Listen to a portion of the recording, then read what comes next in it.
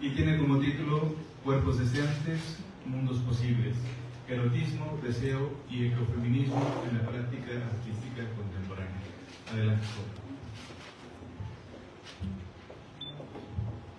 Hola a todos, buenas tardes. Es un honor para mí estar el día de hoy con todos ustedes. Saludos a redes sociales, a Zoom. Y bueno, mi formación viene de la filosofía. Me licencié en la UNAM con mención honorífica con una tesis sobre arte y readaptación social. Y esa mirada crítica se ha convertido en la raíz de mi producción artística. Mi interés, siguiente diapositiva por favor. Mi interés se centra en el poder político del arte, en su capacidad detonadora del deseo, la imaginación y la emancipación personal y colectiva. Siguiente, por favor. Mi práctica se mueve entre la pintura, la escritura, el video y busco explorar el deseo, el erotismo y la relación con la naturaleza desde una perspectiva ecofeminista. Me interesa abrir diálogos entre arte, pensamiento y ecología y generar espacios donde lo sensible y lo político se encuentren y donde el arte se viva como una fuerza transformadora. Siguiente, por favor. Comencemos con situar el problema. Abro con esta cita de Deleuze y Guattari, que viene en el Antiedipo, que dice: el inconsciente no es un teatro, es una fábrica. Desde una tradición freudiana se concibe el deseo como una carencia, es decir, que deseamos aquello que no tenemos, y estos dos autores le dan la vuelta y nos dicen, no, más bien el deseo es una fuerza productiva y creativa que nos ayuda a desarrollar paisajes interiores que nos habitan y que a la larga configuran nuestra personalidad. El deseo es el flujo mismo de la vida, no surge a causa de algo, sino que es causa de sí misma. Siguiente, por favor. Ahora sigo con esta cita de Audre Lorde, que se encuentra en Usos de lo erótico, que dice: lo erótico es una fuente de poder profundamente femenina, un saber que nace de nuestra capacidad de sentir en lo más profundo de nuestras vidas. El erotismo es más que un impulso sexualizado, es una fuerza cósmica que nos mantiene unidos. ¿A qué me refiero? Empédocles, por ejemplo, en el siglo V, había hablado de la filia, una fuerza que mantiene unidos a los elementos y que atrae y une todo el universo en armonía. Es decir, es un principio cosmológico. Y este principio cosmológico atraviesa memorias, cuerpos, paisajes, territorios. Así, el erotismo, pensado como una fuerza ontológica, también puede pensarse como una energía que se sostiene en el esfuerzo que hacemos todos nosotros por seguir existiendo. Y eso va más allá de los seres humanos. O sea, incluso esta mesa o la materia que compone las paredes de esta habitación participan de este conatus, que es una fuerza intrínseca a la existencia de perseverar y de mantenerse coherente, ¿no? Hoy salió el sol, mañana también va a salir, y es gracias a esta fuerza cosmológica. De esta manera, el erotismo tiene una afirmación vital, una relacionalidad cósmica y es una fuerza creativa, como decía en un principio, y además con Audre Lorde se configura como un modo de conocimiento. Es decir, el erotismo es además un saber encarnado que revela lo más profundo del vivir, porque viene del cuerpo mismo, de lo más cercano que tenemos, que es nuestro cuerpo, y que el conocimiento lo abrevamos a partir de los estímulos que tenemos en él, ¿no? Del tacto, del sonido, del gusto, y bueno, pues eso es súper profundo y de alguna manera va más allá de la escisión cartesiana del cuerpo y la mente, ¿no? Sino que ahora volvemos al cuerpo. Siguiente, por favor.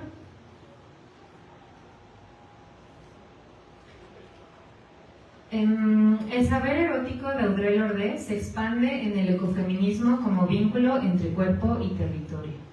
El cuerpo y territorio resisten juntos al patriarcado y al extractivismo.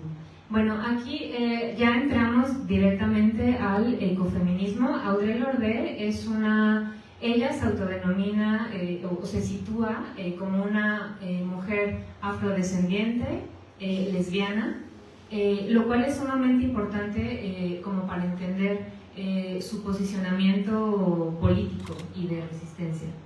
El ecofeminismo, y también Audre Lorde es una de las pioneras en el ecofeminismo, articula las luchas feministas con las luchas ecológicas, y la idea central es que la explotación de las mujeres y la explotación de la naturaleza responden a la misma lógica patriarcal. ¿Cuál es esta lógica? Que el territorio no está vivo. El territorio está a nuestra disposición para que los seres humanos podamos explotarlo y convertirlo en materia y venderlo, porque no está vivo, no siente, no tiene alma, y de esa manera también las mujeres, en tanto tenemos un cuerpo femenino, y no solamente las mujeres, sino todo aquello que esté feminizado. Entonces, la crítica del ecofeminismo es resistir y trascender como esta lógica extractivista y patriarcal. Entonces, el cuerpo femenino y la tierra han sido históricamente tratados como recursos a controlar, explotar y disciplinar. Por eso, el ecofeminismo propone una ética del cuidado, la interdependencia y la sostenibilidad, donde los vínculos con la naturaleza se piensan desde la reciprocidad y no desde la dominación. De esta manera, pues, se plantea una forma de resistencia y de vida. Y también me parece importante mencionar que desde su vertiente crítica y decolonial, el ecofeminismo subraya que las mujeres, especialmente indígenas y campesinas, han sostenido históricamente prácticas de cuidado y resistencia frente al extractivismo. Y aquí en la presentación tengo un cuadro también de mi autoría, donde hablo sobre el territorio. La figura central femenina representa a la madre patria, y también la llegada de la primera mujer presidenta a nuestro país, que independientemente de cuál sea la afinidad política de cada uno, merece este hito nombrarse como lo que es algo histórico, y que viene a menos de un siglo de que las mujeres adquirimos el derecho al voto, porque fue hasta 1953, cuando en Nueva Zelanda se obtuvo en 1893. Entonces, me parece algo muy importante. Siguiente, por favor. Y ahora sí, pasamos a la propuesta artística. Siguiente, por favor. Esta primera obra se llama Deseo Libélula, Vibraciones de una memoria anfibia, que es la que está allá en el costado izquierdo, y me inspiro en Le Pendu, que es el arcano 12 del tarot de Marsella, que es este hombre que de manera voluntaria se cuelga a sí mismo de un pie por una cuerda a un árbol para cambiar la perspectiva y entender el mundo desde un ángulo diferente, ¿no?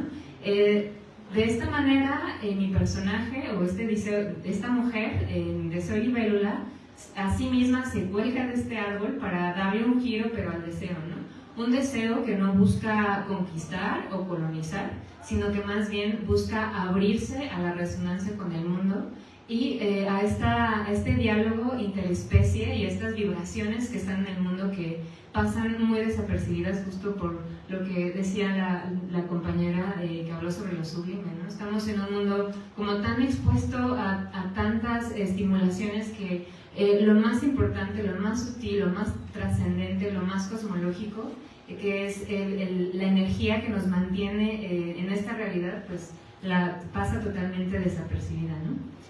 Además, la libélula es un insecto que en las culturas de América, como los nahuas, incluidos los mexicas, los mayas y los ojibwa,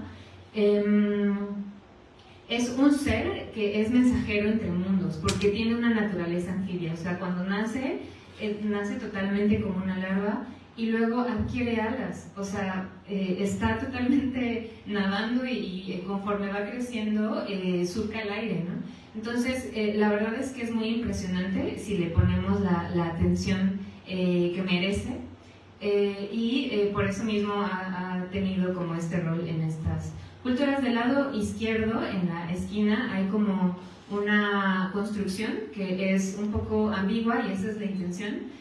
Para mí puede ser como una fábrica abandonada que de alguna manera la naturaleza está como reapropiándose, o me gusta también pensar que es como los inicios de una ciudad futurista en la que logremos, porque todavía estamos a tiempo, como de vivir en una armonía con la naturaleza. Siguiente, por favor. Esta obra se llama Liturgia de la Mantis, sobre los restos del mundo. Es una mujer que se encuentra en medio de un bosque devastado con estos mudras en las manos. En la mano derecha es el Jnana Mudra, que es el mudra de la sabiduría, y en la izquierda el Shuni Mudra, que es el de la paciencia. Porque hago una analogía entre las mantis y las mujeres. Las mantis, para poder cazar, esperan muchísimo tiempo hasta que su presa esté colocada en el punto exacto, y una vez colocada se arrojan como con toda la tenacidad, y así hemos tenido también que ser las mujeres a lo largo de la historia, como vivir un poquito tras bambalinas o en el silencio o en la oscuridad, y en el momento en el que hemos visto alguna oportunidad de poder alzar nuestra voz, lo hemos hecho, ¿no? Y solamente así han habido algunas mujeres en la historia del arte que han trascendido, pero pues no son muchas, ¿no? Y no porque no haya la capacidad de hacerlo, sino porque el contexto social y cultural no lo ha permitido. Entonces, en este cuadro y en general en la serie, busco producir umbrales, es decir, espacios de quiebre en donde se pueda hablar de una nueva ecología, un quiebre de lo simbólico y un quiebre de lo civilizatorio. ¿Cómo estamos viviendo y cómo queremos vivir? Siguiente, por favor. Ahora les voy a leer un poema de mi autoría que escribí pensando en Liturgia de la Mantis, y dice así. En un bosque herido de avidez, mujer y tierra se funden en la sagrada danza mantis. Está desnuda y no tiene armas, pero su quietud corta el aire y el silencio se vuelve filo. Verde es la rabia que brota cuando el mundo se desangra. Grita la savia por su cuerpo. La memoria vegetal renace en mí como una llama viva, y algo antiguo despierta. Y Tonantzin respira en mí, y mi cuerpo al fin florece, como un fuego que vuelve a ser. La idea con esto es invitarles a todos ustedes a pensar lo femenino desde otra perspectiva.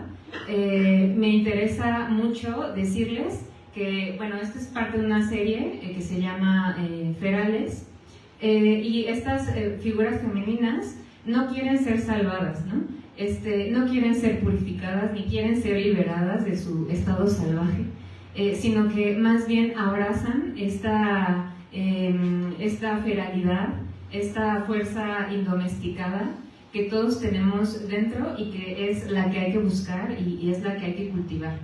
De esta manera, pues, me gusta hablar también de una espiritualidad que brota desde lo terrenal, no para elevarnos a planos superiores, sino para enraizarnos en este mundo y cuidarlo y disfrutarlo y respetarlo. Es una espiritualidad encarnada. Y por último, como a manera de conclusiones, les hago las siguientes sugerencias e invitaciones, que antes de pasar a un videito que también es parte de esta serie. Los invito a repensar el deseo como una fuerza productiva que nos permite imaginar nuevas formas de existencia, y que brota desde la fuente vital y de nuestro más auténtico ser. Que el erotismo, desde el Ordey y el ecofeminismo, es una potencia vital y subversiva, y recuperar nuestro deseo es un gesto político radical frente al extractivismo y el colapso ecológico, porque hoy en día, digo, nunca fue fácil, pero conocernos a nosotros mismos, saber qué somos, qué queremos, es algo sumamente difícil, y realmente es un acto de resistencia el poder decir esto soy. No importa que no encaje, no importa que a lo mejor hoy no haya espacios o no haya, gracias a la universidad que sí hay, pero es esta aventura de atrevernos a viajar adentro de nosotros y tomar este deseo que es indomito y que surge de nuestro más auténtico ser. También que el arte, como práctica encarnada y ecoerótica, deviene campo de batalla y de creación de mundos posibles, porque pensar el arte como una ruptura, el arte como una línea de fuga, es abrazar la idea de que el arte es una forma legítima y potente de producción de conocimiento, porque genera sentido, subjetividad y pensamiento. Y bueno, con esas serían mis conclusiones, y también antes de pasar al video quisiera agradecerle al Dr. Coatzin, que por ahí estaba, quien fue mi asesor y quien me acompañó en este trabajo. Y sin más, pasamos a la siguiente, por favor, que es un video que igual tiene que ver y es parte de esta serie.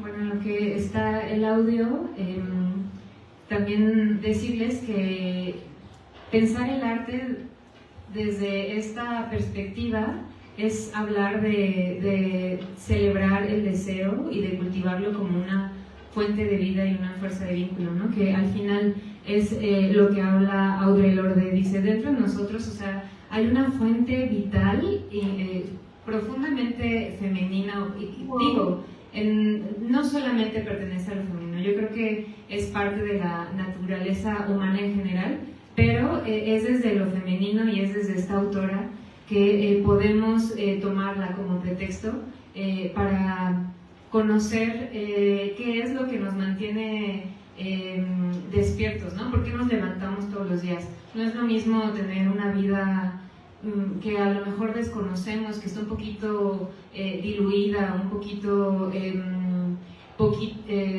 pues sí, suavizada, a una vida en la que ya nos enfrentamos a nosotros mismos, y entonces esta fuente nos alimenta día con día y podemos asumir retos cada vez mayores y cada vez más auténticos.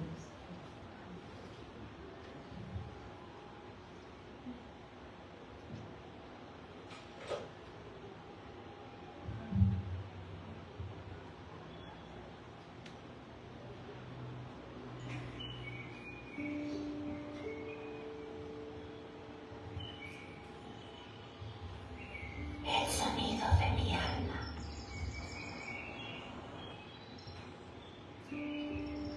El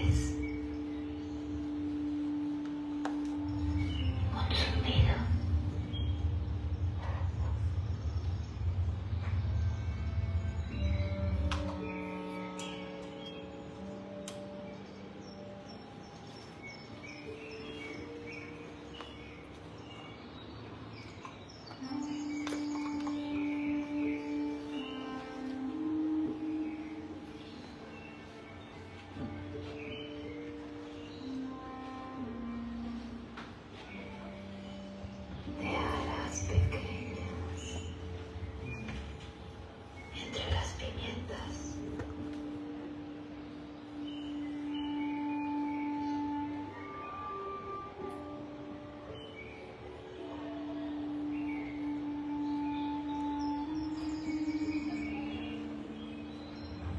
Ya no decido mis amores, tampoco mis dolores.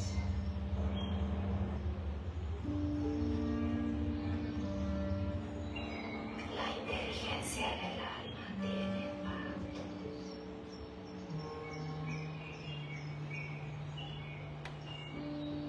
Camino sin conocer el fin.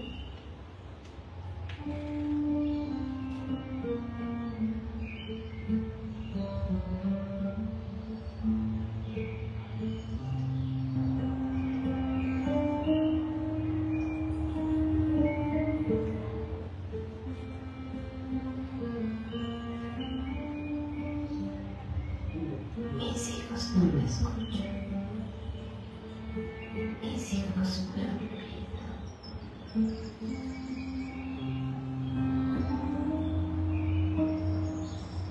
Mis hijos asesinan cada mañana.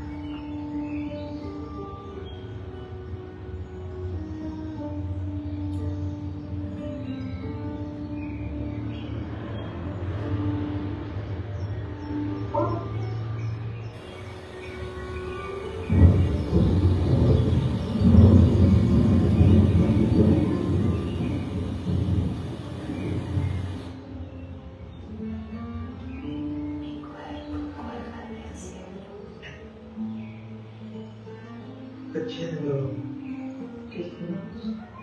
Él toca la tierra con la punta del arma. Veo belleza resistiendo, pureza en la decadencia.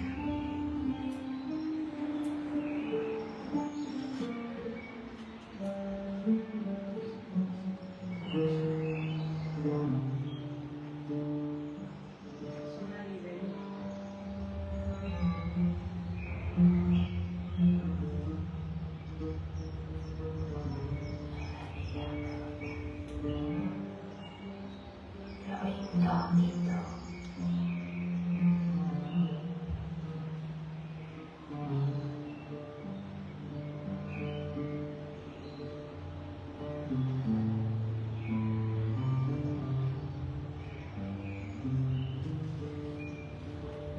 Somos flor que devora.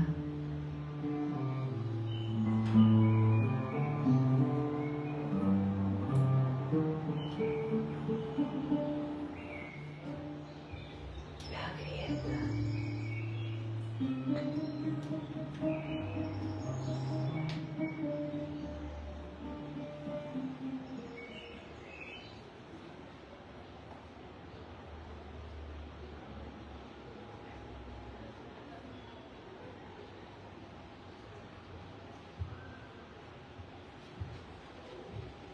Muchas gracias. Y bueno, nada más explicar de los cuadros. Son la técnica de solio, son bastidores hechos en tabla de Okume. Y bueno, yo hice los bastidores de imprimatura, los óleos, y fueron parte del taller de óleo con el profesor Ignacio Chávez, que bueno, ahorita no se encuentra en el país, pero a quien también agradezco mucho. Y muchas gracias.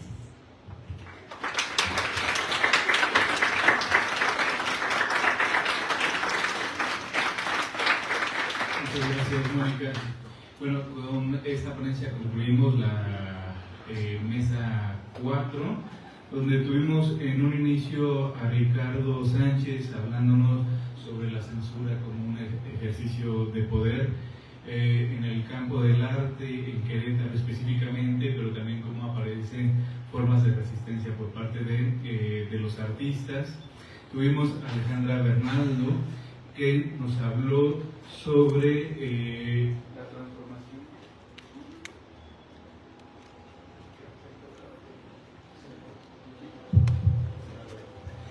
La transformación de lo sensible nos habló de lo sublime y cómo esto va quedando reconfigurada en relación a la tecnología.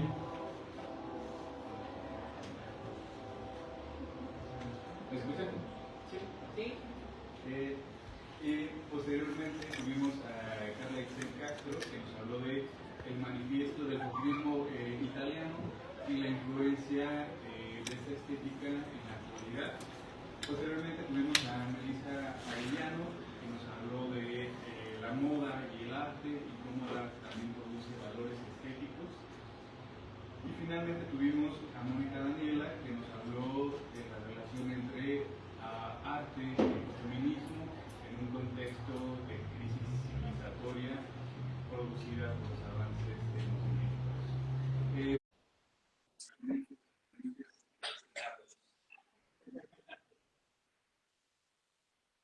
Adelante. Sí, hace un poquito. Sí, escuchamos. Listo, yo tengo una pregunta para Mónica Daniela. Primero agradezco mucho la invitación que nos haces a mirar lo femenino desde otra perspectiva y de acuerdo a eso, pues me gustaría indagar sobre el proceso creativo que tenemos sobre la obra que está a la izquierda. Y es que, entre las cosas que nos comentabas, quería saber qué papel o qué carga tiene este proceso creativo, por ejemplo, los sueños. Eso por una parte. Por otra parte, la consideración del deseo tanto como el eros, que es la energía natural, y tienes también en cuenta porque hay cosas que no presentes, pero que no representan.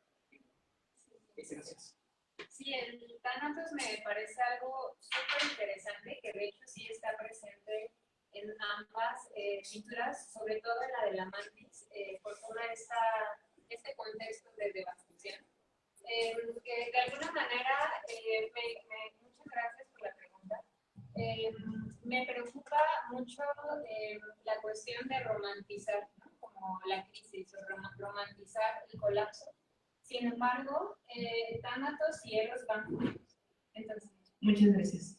Entender este erotismo como una fuerza cosmológica es imprescindible del Thanatos. También, o Empédocles hablaba del Neikos, de esta fuerza que separa y disgrega y que a su vez mantiene todo en un status quo que es un poquito ficticio porque todo el tiempo nos estamos moviendo, ¿no? Aunque luchamos por permanecer, todo el tiempo nos estamos moviendo. Por otro lado, los sueños me parecen que son parte de esta fuente vital del deseo, del que hablaba en la ponencia y que de verdad recomiendo poner atención como yo lo hago, ¿no? Cuando tengo algún sueño especial, lo escribo en un diario de sueños y luego intento interpretarlo porque como artistas, el poder acceder a tu inconsciente es como entrar a una mina que es tuya, ¿no? Que es propia y que aparte es súper especial porque no va a ser lo mismo tu mundo interior que el mío, ¿no?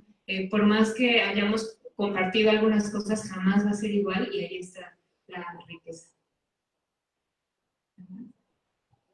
Muchas gracias. ¿Alguna otra pregunta? ¿Comentario?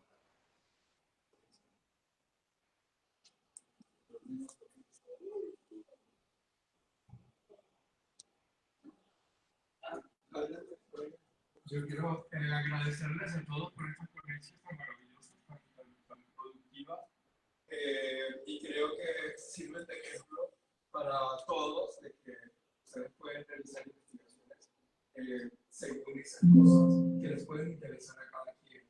Y quiero destacar, y cada uno de ustedes hizo unas cosas, yo los conozco y conozco lo que vienen realizando y me encanta oírlas en particular a algunas de ustedes.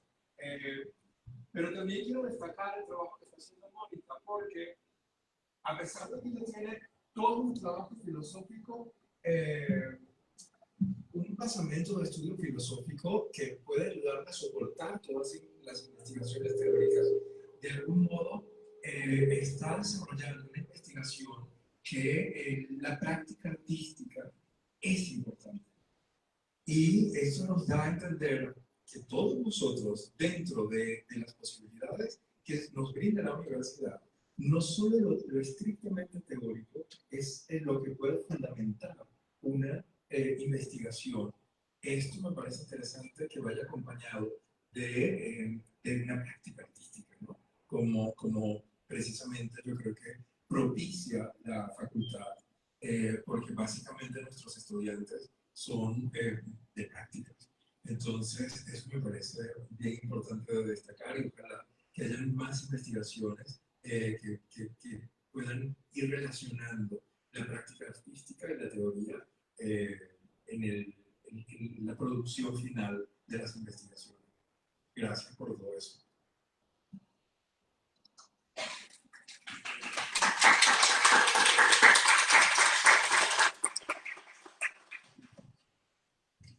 Yo tengo una pregunta, de hecho, para Carla Isel. ¿Nos podrías repetir, por favor, el fragmento del poema que presentaste en la diapositiva? Sí.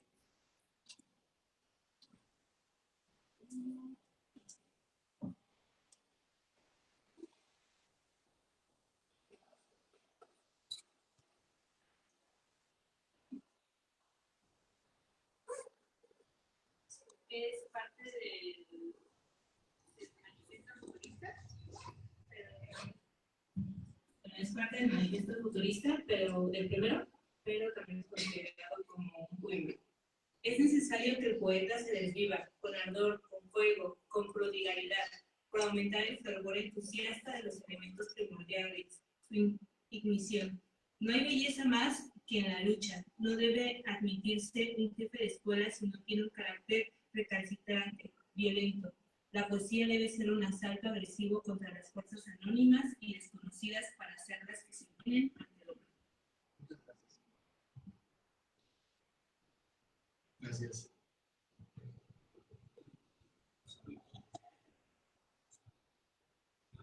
Yo tengo dos preguntas y va para Carla.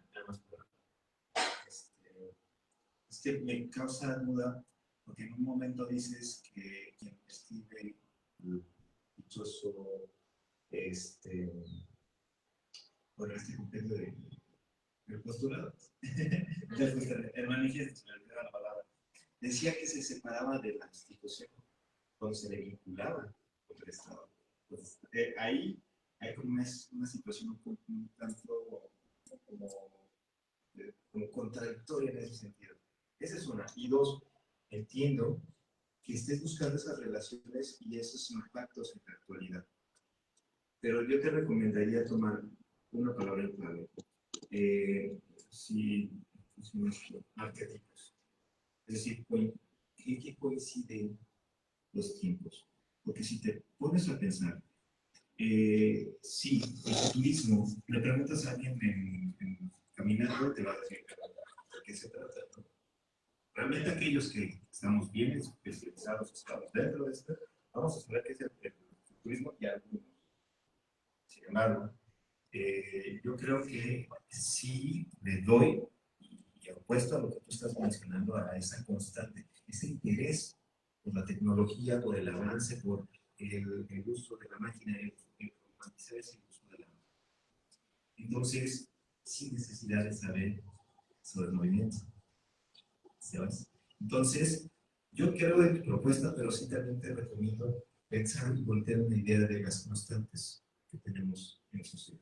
¿Qué opinas de esto? Gracias. Pues justo el futurismo es contradictorio, ¿no? O sea, es una vanguardia completamente contradictoria. De hecho, hay varios manifiestos, ¿no? Este es el primero, el que mencioné. En algún momento del manifiesto hablan sobre el desprecio a la mujer, ¿no?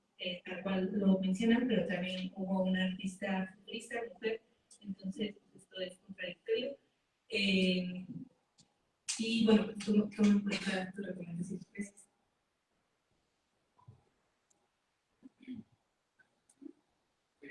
¿Alguien más? Si no, bueno, abrimos también para la mesa de discusión, no solamente preguntas, sino comentarios que quieran hacer. ¿Ya?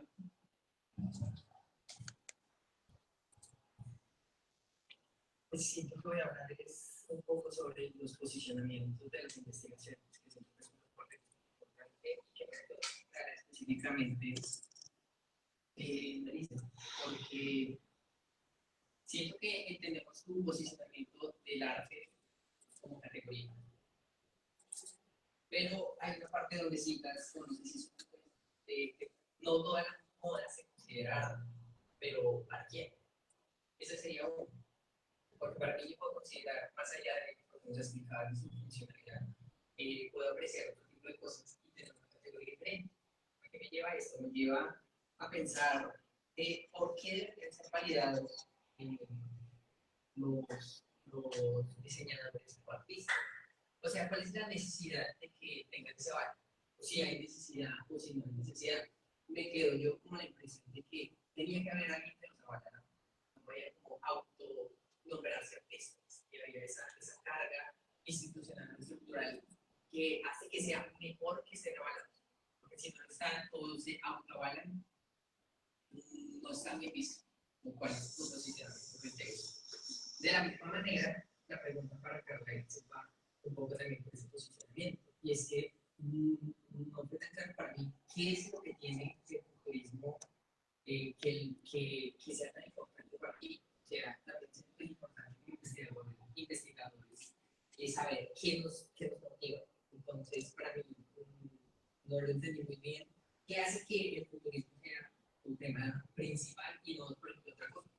Porque me acuerdo, por ejemplo, hay el taller Cuadro Rojo de Colombia, que es un grupo de jóvenes de alta posición social que están muy bien enfocados, que son de los 70 más o menos, 60, 70, y ellos iban a encontrar las instituciones, pero con una vertiente completamente diferente. Ellos iban porque querían democratizar el arte para los campesinos y llevarlo de ahí. Que no estuviera dentro de los museos en contra de los museos. Es un ejemplo.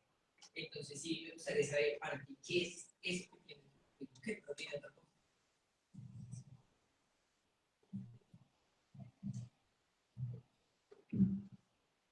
Bueno, muchas gracias por tu pregunta. Y efectivamente, como lo mencioné al momento de definir el arte, creo que es, cada quien lo va a definir de manera diferente, ¿no? Cada quien tiene una idea diferente, no es algo que está justo establecido. Entonces, que tú pienses que una prenda indumentaria es arte o no, creo que depende meramente de lo que tú consideres como arte, ¿no? Y creo que está abierto a esta subjetividad. De igual manera, como con los diseñadores, como artistas, yo le estoy tomando por eso digo como al inicio, esta posición de quiero tomar y quiero soportar el arte como, digo, la moda como arte. Entonces, con los diseñadores, igualmente está esta como cuestión, porque muchos de ellos sí se consideran artistas y sí quieren entrar a ese campo, ¿no? Pero igual hay muchos que no les interesa y no quieren como ser considerados artistas. Entonces, creo que sigue siendo, y es una muy buena pregunta, creo que sigue siendo algo muy subjetivo, algo que no está claro y que definitivamente dependerá de lo que el diseñador le quiera brindar a su, pues sí, a su arte. Espero contestar tu pregunta. Sí, sí, es importante que esa subjetividad, la pregunta directamente para ti, ¿por qué es importante que se avale esa institucionalidad a los diseñadores de moda? ¿Por qué más el esto? ¿Cuál es como la necesidad? Sí, es el dentro de la arte y frente a otras perspectivas de los arte. Ok, ya entendí. Pues realmente una necesidad como tal, así específica, no lo hay, pero a mi perspectiva, creo que es interesante el ver que cómo la moda puede expresar algo, ¿no? Cómo el diseño puede expresar algo. Y creo que también es interesante esta parte de, por ejemplo, en las escuelas, ¿no? En las instituciones, que sí tomamos pintura, tomamos escultura, tomamos grabado, pero creo que también sería interesante esta parte de meter una diferente disciplina, en este caso la moda. Creo que sería muy interesante tener una optativa o tener algo que te lleve a, porque pues también al fin y al cabo es una manera de expresar algo. Entonces, ese es mi punto de vista. Muchas gracias. Gracias. Bueno, pues esta pregunta no la había analizado, pero las vanguardias artísticas siempre me han gustado mucho, o sea, como una forma de arte radical, así lo veo, y creo que ellos caminaban para que nosotros pudiéramos correr como artistas. pero cuando leí el manifiesto futurista, la verdad es que llevan mal estos futuristas los alfas que tienen en su celular su carro